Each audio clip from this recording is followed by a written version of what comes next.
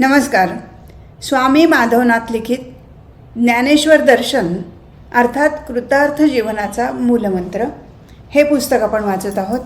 आज आपण 25व्या प्रकरणाला सुरुवात करतो आहोत. शुद्ध अर्थार्थीचा अर्थाशी संबंध नाही. संतश्रेष्ठ तुकाराम महाराज यांनी एका अभंगात असं म्हटलं आहे, संतांवर विश्वास ठेवून त्यांच्याविषयी मनामध्ये पूर्ण आदर बाळगून त्यांनी लिहिलेले अभंग, ओव्या, कवनं वाचली, त्यातली काही पाठ पण केली. त्यातूनच परमेश्वराच्या भेटीची तळमळ तुकोबांना वाटू लागली. खऱ्या आर्तभक्ताच्या बाबतीत असंच घडतं. नित्य वाचनाने, श्रवणाने, सततच्या मनन चिंतनाने साधकाला मार्ग सापडतो. श्रवणाची, चिंतन मननाची नुसती गोडीच लागते असं नव्हे, तर आत्तापर्यंत जे काही वाचलं, ज्याचं म्हणून चिंतन मनन केलं, ते सारं काही अंतःकरणात बिंबवण्याची, बाणवण्याची मनाला ओढ लागते. अशी ओढ लागलेला भक्त हा मग केवळ आर्त राहत नाही, त्याच्यात जिज्ञासा निर्माण होते. नित्य मुक्त अव्यय स्वरूप जाणावया पहावो, ज्याचा लागला दृढ भावो, आन नाठवो आठवे. ऐसी मज जाणावयाची अवस्था, त्या नाव बोली जे जिज्ञासता. एकनाथ महाराज म्हणतात की नित्य, मुक्त आणि नाशरहित असं माझं स्वरूप म्हणजेच भगवंताचं, ते जाणण्यासाठी ज्याला अगदी उत्कट आस लागून राहते आणि त्या इच्छेपुढे मग इतर कशाचाही आठव राहत नाही, अशी मला जाणण्याची जी उत्कंठा, तिलाच जिज्ञासता असं म्हणतात. मागील भक्त कोण रीती, जाणोनी पावले भगवत भक्ती, जीवे भावे त्या विवरी युक्ती, जिज्ञासू निश्चिती त्या नाव. पूर्वीच्या भक्ताने कोणत्या रीतीने भगवत भक्ती संपादन केली, ती रीत जाणून घेऊन जीवाभावाने त्या युक्तीचं विवरण करत त्याप्रमाणे जो वागतो, तो जिज्ञासू भक्त होय. आंतरिक तळमळ. कुठे जायचं, कुणाकडे जायचं, कोण मला हे सांगेल, कोण मला हे सारं समजावून देईल, अशी वृत्ती साधकाच्या ठिकाणी निर्माण होणं आणि ती वाढीला लागणं हे जिज्ञासू भक्ताचंच लक्षण होय. असा भक्त मनाशीच म्हणू लागतो की माझ्या मनाला पटेल, वृत्तीला रुचेल, माझ्या बुद्धीला आकलन होईल, अशा शब्दात त्या अलक्ष परमेश्वराविषयी मला कोणी सांगेल का, कोणी मला ते पटवून देईल का, असा शोध घेण्याची प्रवृत्ती ज्या आर्ताच्या ठिकाणी बळावते, तो जिज्ञासू होय. तो मग आजूबाजूला पाहू लागतो. इतर भक्त, अन्य साधक यांच्याकडे त्याचं जाणं येणं वाढतं. बारकाईने तो पाहणी करू लागतो. चाणाक्ष पण बुद्धिमान अशा जिज्ञासू साधकाच्या हे सहजच ध्यानात येतं की ही साधक मंडळी आपल्यासारखीच अजून चाचपडत आहेत.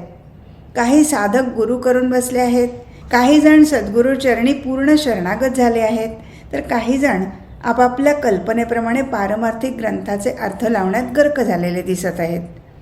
अशा स्थितीत त्यांच्याकडे जाऊन आपला काय लाभ होणार? जिज्ञासू वृत्तीनेच का होईना, पण जे काय चाललं आहे त्याने त्याचं समाधान होत नाही. त्याच्या बुद्धीत ते बसत नाही, मनाला पटत नाही आणि वाटतं काहीतरी कुठेतरी त्रुटी आहे. ती त्रुटी नसती तर पारमार्थिक प्राप्तव्याकडे वेगाने वाटचाल झाली असती. अशा आंतरिक तळमळीतूनच जिज्ञासा वाढत जाते. साधक सहजच जिज्ञासू या वरच्या पातळीवर जाऊन बसतो. आर्तता खरी, पण ती कशासाठी? भक्ताच्या ठिकाणी जिज्ञासा निर्माण होणं ही निश्चितपणाने आर्ताच्या पुढची पायरी आहे. खरं म्हणजे साधकाच्या अंतःकरणात आर्तता निर्माण होणं हीच एक अवघड गोष्ट आहे आणि तशी आर्तता निर्माण झाल्यावर त्या आर्ततेचं सातत्य टिकून त्या आर्ततेची परिणिती जिज्ञासेत होणं ही अधिकच अवघड गोष्ट. पण साधकाच्या ठिकाणी आर्तता निर्माण झाली असली तरी ती आर्तता आहे कशासाठी? त्या आर्ततेचं प्राप्तव्य काय? भगवत प्राप्तीसाठीच ती आर्तता आहे की काही गूढ विद्या आत्मसात करण्यासाठी आहे? अध्यात्म मार्गातल्या काही सिद्धी योगसाधनेने अथवा अन्य मार्गाने मिळाव्यात यासाठी तर ती व्याकुळता नाही ना. असं असेल तर ती आर्तता अथवा त्या आर्ततेतून निर्माण झालेली जिज्ञासा खऱ्या परमार्थ मार्गाला पोषक नाही. परिणामी ती घातकच ठरण्याची शक्यता आहे.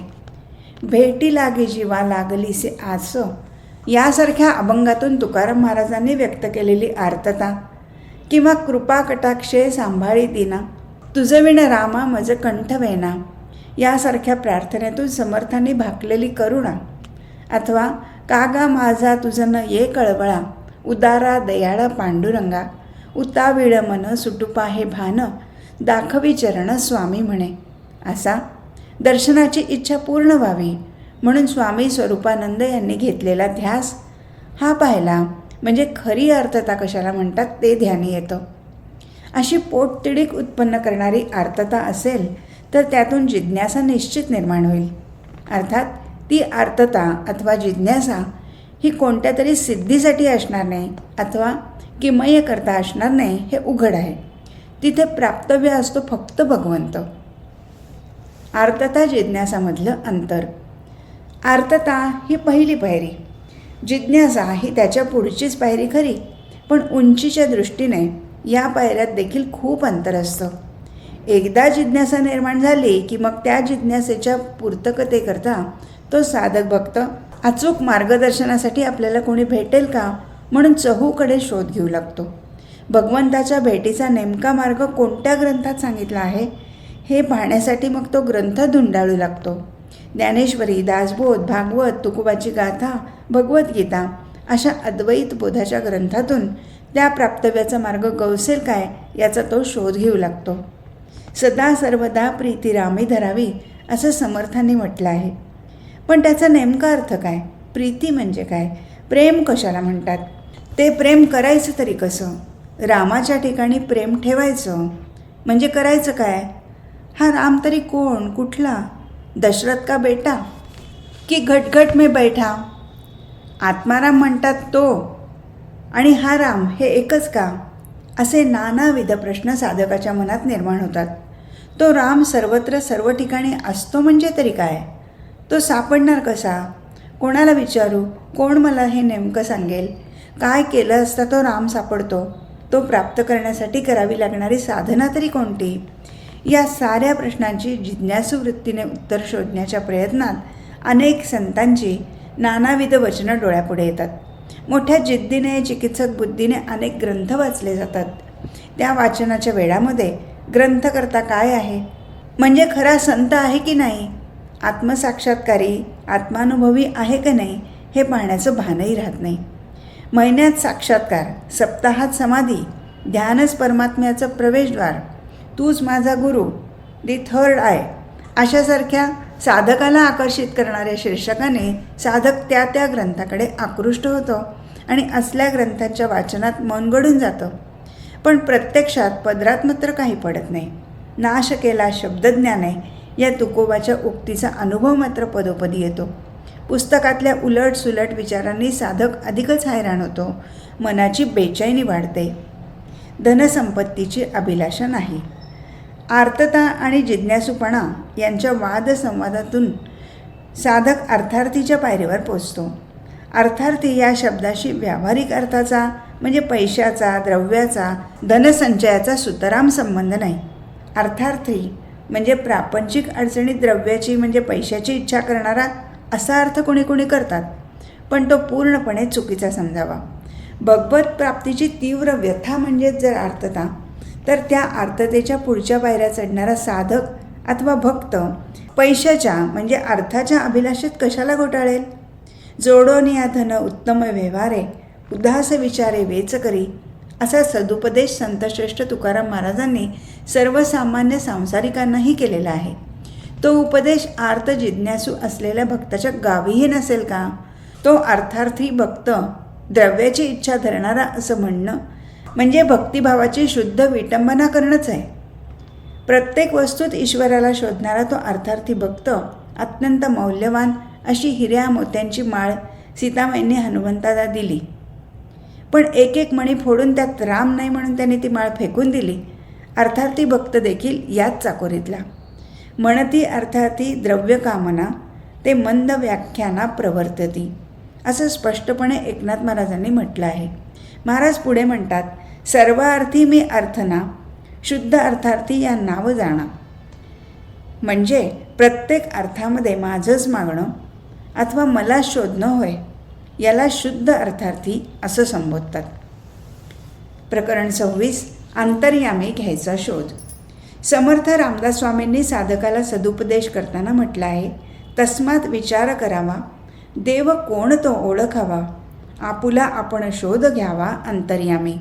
सर्व प्राणीमात्रात आणि वस्तुमात्रात तो एक भगवंतच आहे, अशी अनुभूती साधकाला यायला हवी. त्या अनुभूतीची सुरुवात मी कोण या प्रश्नाने होते. त्यासाठीच समर्थ सांगतात की अंतर्यामी आपला आपण शोध घेण्याचा प्रयत्न करावा. अंतर्यामीच आत्माराम आहे. त्या आत्मारामाची अनुभूती एकदा आली की मग ध्यानात येतं तोच मी आहे. एकदा तोच मी अशी अनुभूती आली की मग इतर प्राणीमात्रांच्याच नव्हे तर जड अशा वस्तुमात्रांच्या ठिकाणीही तोच असल्याची प्रतीती येते. जगामध्ये एकची ब्रह्मगड्या या मध्व मुनीश्वरांच्या वचनाप्रमाणे नाना भिंती एकची माती, नाना लेणे एकची सोने असा अनुभव साधकाला येतो. अर्थात ही भक्ताची पायरी ओलांडून साधक ज्ञानी भक्त होतो. अर्थात ती अंतिम पायरी म्हणजे टोकाची शिखराची पायरी. पण त्याही आधी साधकाला कमी अधिक उंचीची बरीच चढणं चढावी लागतात. तस्मात विचार करावा, देव कोण तो ओळखावा या समर्थांच्या वचनाचा मनोमन विचार करताना साधक स्वतःशीच पुटपुटतो की विचार तरी काय करायचा, कसा करायचा, देव ओळखायचा तो कसा. आणि समर्थ म्हणतात त्याप्रमाणे आपण आपला शोध कसा घ्यायचा. आपण आहोत तरी कोण. मी तर स्वतःला देह मानतोय. मन बुद्धी माझी आहे. देहाशी संबंधित ते माझे सगळे सोयरे आहेत. त्यापेक्षा वेगळा आणखी कोणी मी आहे हे आजवर मला कोणी सांगितलेलं नाही. त्यापेक्षा आणखी कोणी निराळा मी असतो काय. समर्थ तर तसं सांगून राहिले आहेत. जिज्ञासा वाढीला लागली आहे. आता मी कोण हे मला कोण समजावून सांगेल. साक्षीत्वाचा अर्थ काय, ते काही नुसते शब्द नाहीत हे निश्चित. त्या शब्दांच्या पाठीमागे काही वेगळाच अर्थ असला पाहिजे. पण तो वेगळा अर्थ मला कोण समजावून देईल. साधकाची व्यथा जाणणारा मार्गदर्शक. दासबोध, गीता, ज्ञानेश्वरी यांच्या वचनांच्या ओघात तैसे चित्त राहिलिया पांडवा, प्राणांचा प्रणवूची करावा, मग अनुवृत्ती पंथे आणावा मूर्ध्नीवरी. श्री ज्ञानेश्वरांची ओवी वाचण्यात आली. त्यावर विचारमंथन सुरू झालं. काय बरं या ओवीचा अर्थ. प्राणाचा प्रणव म्हणजे काय, तो कसा करायचा. अनुवृत्ती पंथे आणावा मूर्ध्नीवरी म्हणजे काय. हा अनुवृत्ती पंथ कोणता. प्रणव मूर्ध्नीपर्यंत कसा आणायचा. याबाबत साधकाची जिज्ञासा शिगेला पोचते. पण सांगणारं कोणी भेटत नाही. मनात तळमळ वाढते. ज्याच्याकडे गेलो असता या सर्व ओव्यांचा, अभंगाचा, श्लोकांचा अर्थ मला कळू शकेल असे संत महात्मे मला भेटतील का. स्वप्रतीतीचे बोल ते मला सांगू शकतील का. साधकांचे सर्व अनुभव ज्यांनी आपल्या साधन काळात घेतले आहेत असे सद्गुरू पदाधिष्ठित संत मला भेटायला हवेत. कारण तेच साधकाच्या अडचणी जाणून त्या दूर करतील. पण असा महापुरुष भेटायचं कुठे. त्यासाठी मग साधकाची शोधाशोध सुरू होते. आर्त जिज्ञासूच्या पायऱ्या ओलांडलेला हा साधक असल्यामुळे संत महात्म्यांच्या किमान खुणा त्याला अवगत असतात. त्यामुळे समाजात वावरणाऱ्या तथाकथित संतांपाशी तो थांबत नाही. साधू वैराग्यांपाशी तो रमत नाही. मौज अशी की खऱ्या संतांच्या शोधात असताना त्याच्या ध्यानात येतं की समाजात साधू बैरागी हे संत महंत म्हणून वावरत असतात. समाजात त्यांची चलती असते. बोलबाला अशांचाच अधिक. आश्चर्य असं की अशाच बाह्य वेशधारी संन्यासाकडे, जटा जूटधारी साधूकडे भाविक मंडळींची गर्दी असते. अगदी लोक लोटांगणी जात असतात. नवती ते संत जेथे नाही आत्मखुण, मेळवुनी नरनारी शकून सांगती नानापरी, तुका म्हणे मैंद नाही तयापाशी गोविंद. हे तुकोबांचे उद्गार या आर्त जिज्ञासू साधकासमोर दीपस्तंभासारखे सतत असल्यामुळे त्यांचं मन तिथे जराही रमत नाही. पण मग जायचं कुठे. मग त्या साधकाच्या डोळ्यापुढे येतात ते ख्यातनाम प्रवचनकार, कीर्तनकार. ही मंडळी मोठी पंडित असतात. शब्दाशब्दातून ओव्या, अभंग, आर्या संदर्भासाठी घेतल्या जातात. रसाळ निरूपण आणि गोड गळ्याच्या गायनामुळे प्रवचन कीर्तनाची छाप श्रोत्यांवर पडते. पण शेवटी त्यातले बहुसंख्य नुसते शब्दज्ञानी असल्याचं दिसून येतं आणि प्रवचनातला बोध व्यासपीठावरून खाली उतरल्यावर रोजच्या जीवनात अभावानेच आढळतो. जे अपेक्षी जे विरक्ती, सदा अनुभवी जे संती, सोहम भावे पारंगती, रमिजे जेथे. असा अनुभव यांच्यापाशी जराही आढळत नाही. मुळात सोहम म्हणजे काय हेच माहीत असण्याचा संभव कमी, त्यात पारंगतता मिळवणं ही तर फार दूरची गोष्ट. येऊ नदी दृष्टीपुढे छळवादी अभक्तते हे तुकोबांचे शब्द सहजच आठवतात. आर्त जिज्ञासू साधक तिथे कसे रमणार? आत्मज्ञानी पुरुषाचा शोध. शब्दज्ञानात तर निष्णात, पण त्याबरोबर ब्रह्मानंदाचीही चव वा गोडी चाखत असलेला आत्मज्ञानी पुरुषाचा शोध परत सुरू होतो. शब्दज्ञाने पारंगतू ब्रह्मानंदे डुल्लतू अशा ज्ञानी सत्पुरुषाला शरण जाण्यासाठी मन आतुर होतं. विघडले देव आणि भक्त, जीव शिवपणे द्वैत, तया देवभक्ता एकांत करीतो सद्गुरू, फोडूनी शब्दाचे अंतर, वस्तू दाखवी निजसार, तोची गुरु माहेर अनाथांचे. ही एकनाथ महाराजांची आणि समर्थ रामदासांची उक्ती स्पष्टपणे डोळ्यापुढे येते. त्या आधाराने मग सद्गुरूंचा शोध सुरू होतो. मग अशा शोधात एवढंच अनुभवाला येतं की असे सत्पुरुष हे फार फार दुर्लभ असतात. साधकाला त्यांच्या परमभाग्यानेच अशा महापुरुषाची भेट घडू शकते. आर्त जिज्ञासू अर्थार्थी अशा भक्तीच्या 3 पायऱ्या पार केलेल्या भक्तालाच अशा सत्पुरुषाची भेट होऊ शकते. कारण भेट होणं म्हणजे नुसतं त्याला पाहणं नव्हे, अथवा केवळ त्याचं दर्शन घेणंही नव्हे, त्याच्याकडे पाहण्याची दृष्टी देखील तयार व्हावी लागते. पंढरीचा पांडुरंग अनेक जण पाहत असतात. वारी करणारा प्रत्येकजण विठ्ठलाच्या पायावर डोकं ठेवून दर्शन घेतच असतो. पण ज्ञानेश्वर, तुकाराम आदी संतांनी पांडुरंगाला जे पाहिलं ते काही वेगळंच पाहणं होतं. विठ्ठलाच्या दर्शनाने त्यांच्या अंतःकरणात जे भाव उचंबळून आले ते वेगळेच होते. आणि पांडुरंगापाशी या संत महात्म्यांनी मागितलं तेही काही आगळं वेगळंच होतं. बहुतेक लोकांची संतांकडे पाहण्याची दृष्टी स्वार्थमूलक असते. सामान्य संसारी प्रश्न घेऊनच लोक संतांकडे जात असतात आणि विठ्ठलाचं दर्शन घेतानाही मनात सांसारिक प्रश्नांचीच गर्दी असते. संसारातले प्रश्न खरं म्हणजे आपल्या बुद्धीने, आपल्या अकलेने, परिस्थितीनुरूपच आपण सोडवायचे असतात.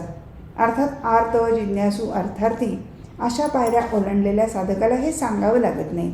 संसारात अधिक गुंतवणारे प्रश्न ते कधी विचारणार नाहीत आणि संत महात्मे अथवा सद्गुरू देखील साधकाचा सांसारिक गुंता ज्यामुळे वाढेल असा उपदेश कधी करत नसतात. वाढविले प्रेम भक्तिभाव धर्म, कुळाचार नाम विठोबाचे, हे संत महात्म्यांचं काम. संसारी मंडळीच्या संसाराला मदत करणं हे काही त्यांचं काम नव्हे. समसमा संयोग. सद्गुरू पदाधिष्ठित संत महात्मे हे आत्मज्ञानी साक्षात्कारी असतात. ते सहजानंदात सतत रमलेले असतात. आपल्याला मिळालेला, आपण उपभोगीत असलेला आनंद सर्व बुडत्या जनांना देण्यासाठी ते उत्सुक असतात आणि खरा साधकही अशांच्याच पायी शरणागत होतो. गीता, ज्ञानेश्वरी, भागवत आदी अद्वैतबोधांच्या ग्रंथातील मर्म समजून घेण्यासाठी आणि मिळता प्रत्ययाचा संत, एकांता परिस एकांत हे समर्थ वचन आपल्याला प्रत्ययाला यावं म्हणून तो संतांकडे जातो. आणि अशा तळमळीचा साधक भेटताच संत देखील त्याला आत्मज्ञान प्रदान करतात. थोडक्यात म्हणजे आपणासारखे करीती तत्काळ, नाही काळ वेळ तया लागे. अज्ञानाचं आवरण दूर सारून त्याला ते स्वरूप बोध देतात. थेंबुटा सागरी मिळाल्याबरोबर गंगा सरितेचा संगम होण्याक्षणी जे घडलं तेच त्या गुरुशिष्यांचं होऊन जातं. शिष्यच गुरुरूप होऊन जातो. साहजिकच मग तो ज्ञानी भक्त त्या सर्वोच्च पायरीवर चढून जातो. मनाने निर्मळ असलेला, शुद्ध आचारविचारांचा, प्रेमळ आणि कनवाळू असा सद्गुरू पदाधिष्ठित महापुरुष मिळणं ही फार दुर्लभ गोष्ट आहे. पण संत साहित्यांच्या आलोडनातून ही गोष्ट ध्यानात आलेली आहे की साधकाची आवश्यक ती तयारी झालेली असली तर सद्गुरू त्याला आपोआप भेटतात. भंगूर ते भोग वाटती ना गोड, लागलीसे ओढ परमार्थाची. स्वामी म्हणे ऐसी पावत आहे दशा, सद्गुरू आपैसा भेटेची गा. स्वामी स्वरूपानंद यांचे अनुभवी बोल तेच सांगत नाहीत का? पण सद्गुरू आपैसा भेटण्यासाठी आणखीही काही गोष्टींची आवश्यकता असते. या संदर्भात ज्ञानेश्वर महाराज म्हणतात, दरवणी वेचे सरे तैसे भोगे प्राचीन पुरे, नवे नव नुपकरे काहीची करू. ऐसी कर्म साम्य दशा होय तेथ विरेशा, मग सद्गुरू आपैसा भेटेची गा. साठवलेलं पाणी वेच करून जसं संपतं तसं ज्यांनी पूर्वसंस्कार भोगून संपवले आहेत आणि देहाकडून घडणाऱ्या कर्माचा मी करता नाही असा ज्यांना बोध झालेला आहे त्यांनाच सद्गुरू आपोआप भेटतात. अर्थात आपोआप सहजगत्या सद्गुरूंची भेट झालेले त्यांनी अनुग्रह देऊन आपला म्हटलेले साधक हे विरळाच असायचे. सर्वसामान्य साधकांना शोधाशोध करूनच सद्गुरूच्या चरणी शरणागत व्हावं लागतं. असा शोध घेण्याच्या प्रयत्नात अनेकदा फसगतही होण्याची शक्यता असते. पण आर्त जिज्ञासू अर्थार्थी साधकांना साधनेने प्राप्त झालेल्या विशिष्ट दृष्टीमुळे फसगत होण्याआधीच ते तथाकथित संत महात्म्यापासून आपणहूनच दूर जातात. खरे संत महात्मे सद्गुरू हे अलौकिक नोहावे लोकाप्रती किंवा आपण आमुका ऐसी नोहावेसेची लोका अशा वृत्तीने अगदी साधेपणाने सर्वसामान्यांसारखे लोकात वावरत असतात. पण जनी असोनी ते जनावेगळे असतात.